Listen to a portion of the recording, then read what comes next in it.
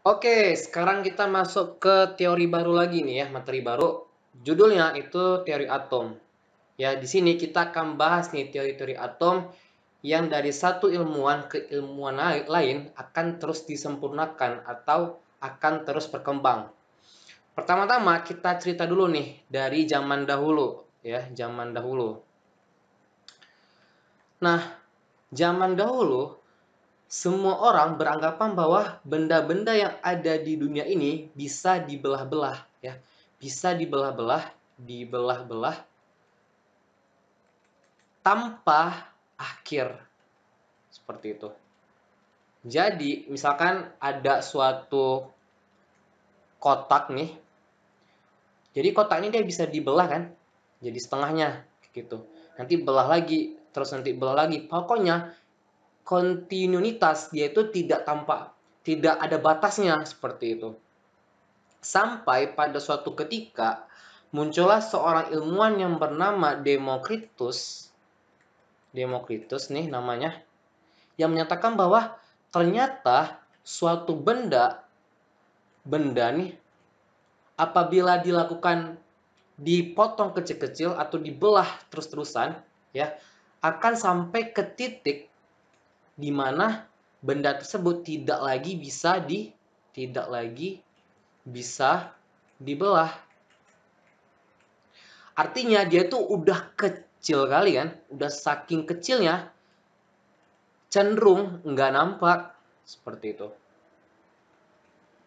Suatu materi yang kecil dan nggak nampak itulah kita definisikan sebagai atom seperti itu. Oke, dari sini kita tahu, oh ternyata definisi atom itu suatu materi terkecil yang udah nggak nampak lagi gitu. Dari suatu materi dibelah-belah nih sampai pada batas tertentu dia tuh udah nggak bisa lagi dibelah. Itulah disebut dengan atom seperti itu. Sekarang kita akan bahas nih tentang ilmuwan selanjutnya yang bernama Dalton. Dalton. Dalton ini sebenarnya dia setuju nih sama pendapat si Demokritus tadi. Dia setuju. Oke, dia setuju tentang suatu atom merupakan materi terkecil. Nah, kemudian Dalton memodelkan bagaimana sebenarnya bentuk dari atom tersebut. Kata Dalton bahwa atom itu bentuknya bola dan pejal gitu. Beda ya bola sama lingkaran ya. Bola kayak bola kaki, bola basket itu. Biasanya dia ada volumenya. Kalau bicara tentang volume berarti ada 3 dimensinya kan. Nah, kemudian dia juga setuju nih kalau suatu atom merupakan apa tuh? Materi terkecil gitu.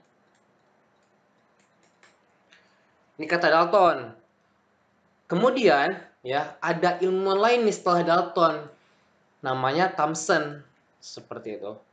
Thomson mencoba menjelaskan atau mencoba membuktikan, gampangnya mencoba untuk membuktikan nih apa yang dibuktikan.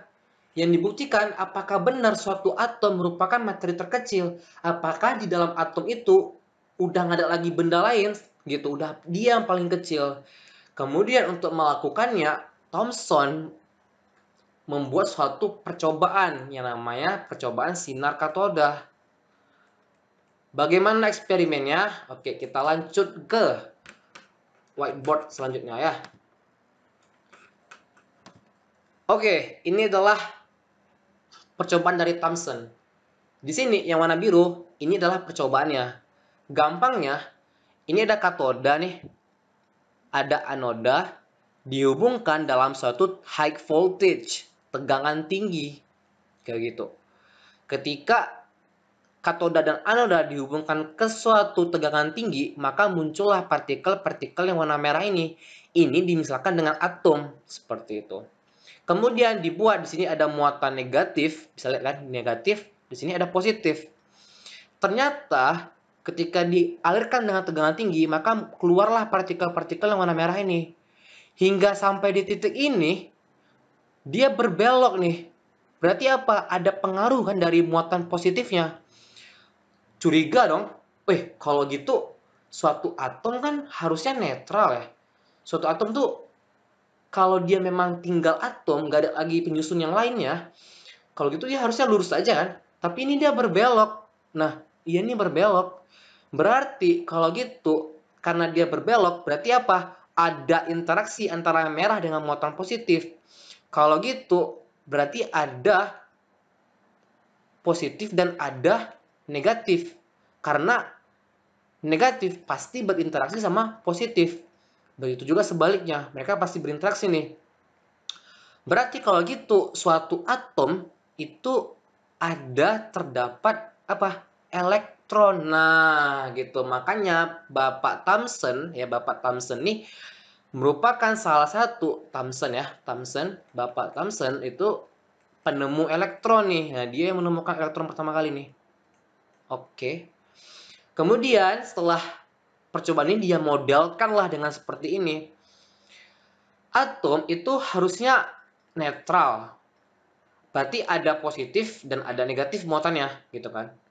Di sini kita lihat yang putih-putih ini adalah muatan negatifnya. Muatan positifnya yang mana? Ini positively charged emitter, berarti di sekitaran sini nih, di kisaran bola-bolanya nih. Makanya model atom dari Thomson kita sebut dengan roti kismis. Kenapa roti kismis? Ya bayangnya ada roti kan, ada kismis yang hitam-hitam tuh di tengahnya tuh kan. Nah, itu disebut sebagai elektron nih. Nah, ini elektron, elektron, elektron dan elektron. Kira-kira seperti itu. Oke, sekarang itu tadi kata si Thomson kan. Nah, kemudian ada lagi ilmuwan nih namanya Goldstein. Jadi Goldstein itu sebenarnya nih selain sinar negatif yang keluar, yang tertarik ke positif juga ada sinar yang tertarik ke arah negatif, gampang seperti itu. Dan itu disebut dengan proton. Jadi Goldstein ini adalah penemu proton. Proton ukurannya tuh kecil, tapi masanya jauh lebih besar daripada elektron nih, gitu kalau dibandingin.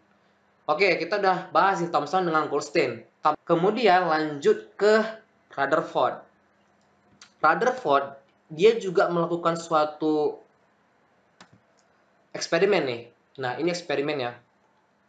Tadi kata Dalton ya atau Thomson, keduanya mengatakan bahwa model dari atom itu bola kan, bola.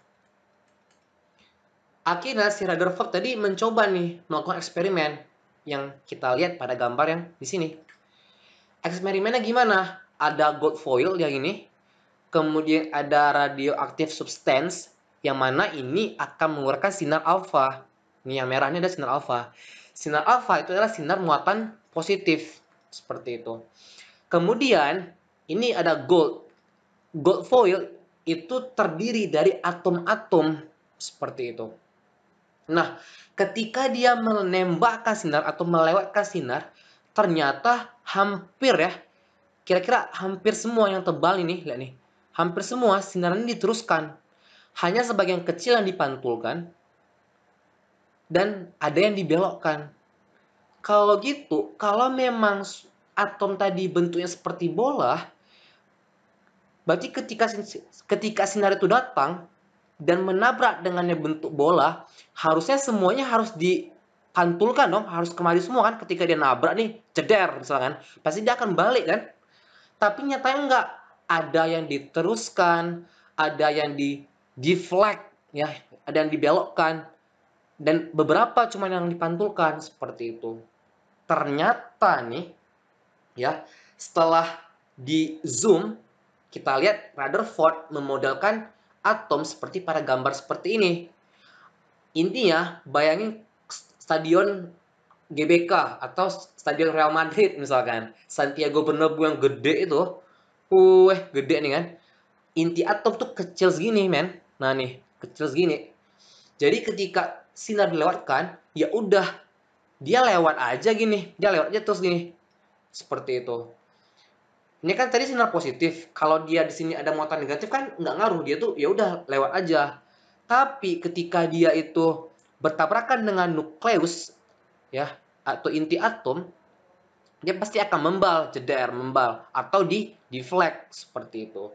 Dapat kita lihat modelnya pada di sini, pada gambar di sini. Ya, ada yang diteruskan, dibelokkan, dan ketika dia nabrak inti akan dibelokkan. Di sini inti atom disebut dengan nukleus. Makanya Bapak Rutherford itu sebagai penemu inti atom atau nukleus. Nah, sekarang kita akan bahas dari Niels Bohr teori, ya, teori dari si Bohr. Nah, di sini tadi kita udah ngeliatkan jabaran-jabaran dari teori-teori lainnya. Yang paling penting pada teori Bohr ini, problemsnya adalah tadi kita udah tahu, oh inti atom itu muatannya apa? Positif. Kemudian dikelilingi oleh apa? Elektron-elektron kan? Seperti itu.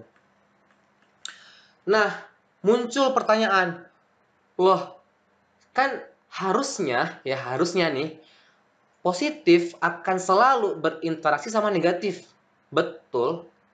Tapi kalau gitu kenapa elektron ini tidak jatuh ke inti atom? Yang inti atom ini yang muatannya positif, kenapa nggak jatuh nih? Inilah yang dijelaskan oleh model dari si Bohr, ya, mengatakan bahwa ternyata nih elektron itu dia ada lintasannya atau ada kulit-kulitnya. Kulit tersebut tempat di mana elektron tersebut bergerak. Ini kita lihat nih.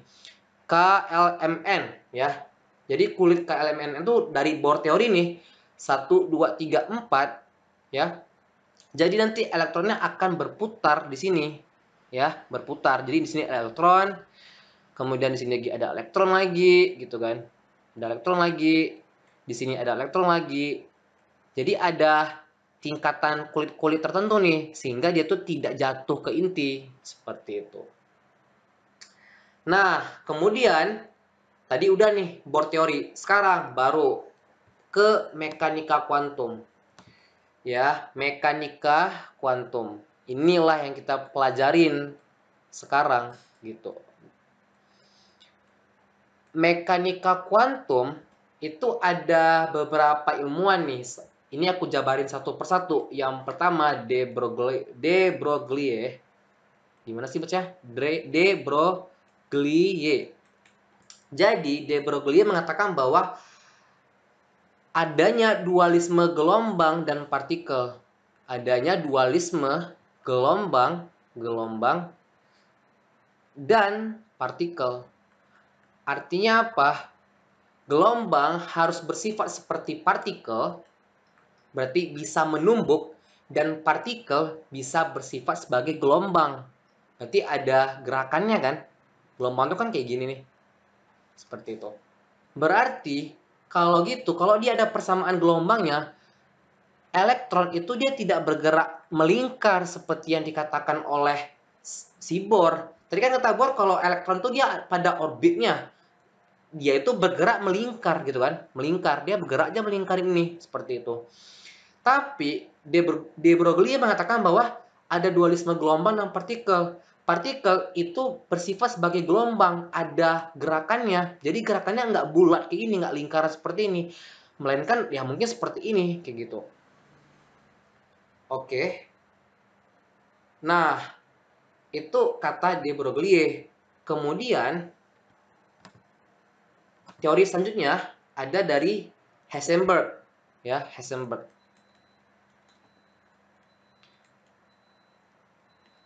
Heisenberg mengatakan bahwa ketidakpastiannya, sebenarnya teori ini adalah teori ketidakpastian.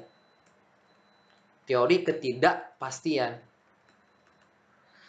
Apanya yang tidak pasti? Jadi seperti ini. Tidak mungkin untuk menentukan letaknya elektron. Jadi sebenarnya elektron ini nggak bisa ditentukan tempatnya di mana lokasi elektronnya. Ya, tidak mungkin menentukan lokasi dari elektron, ya. Nggak mungkin menentukan lokasi dari elektron. Yang bisa kita tentukan adalah kemungkinan, ya.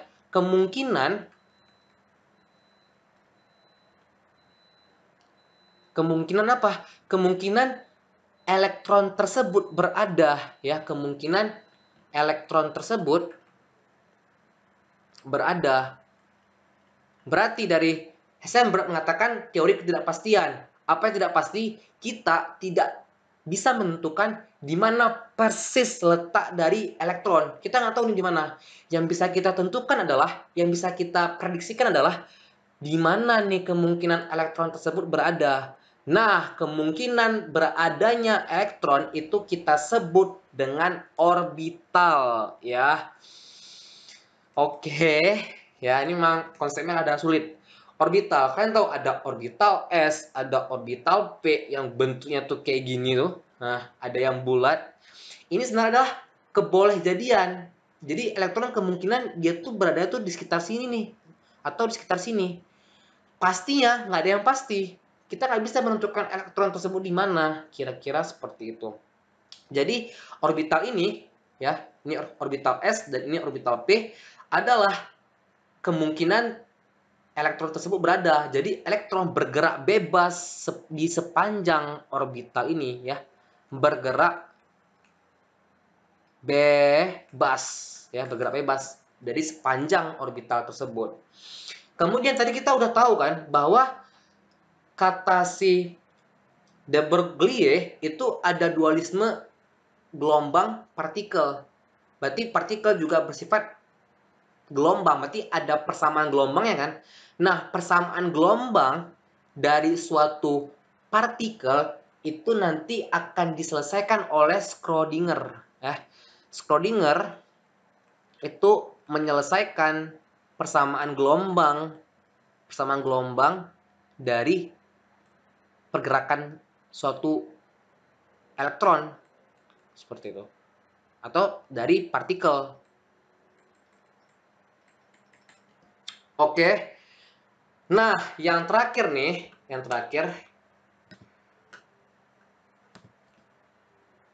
Bapak yang menemukan neutron, ya. Jadi yang menemukan neutron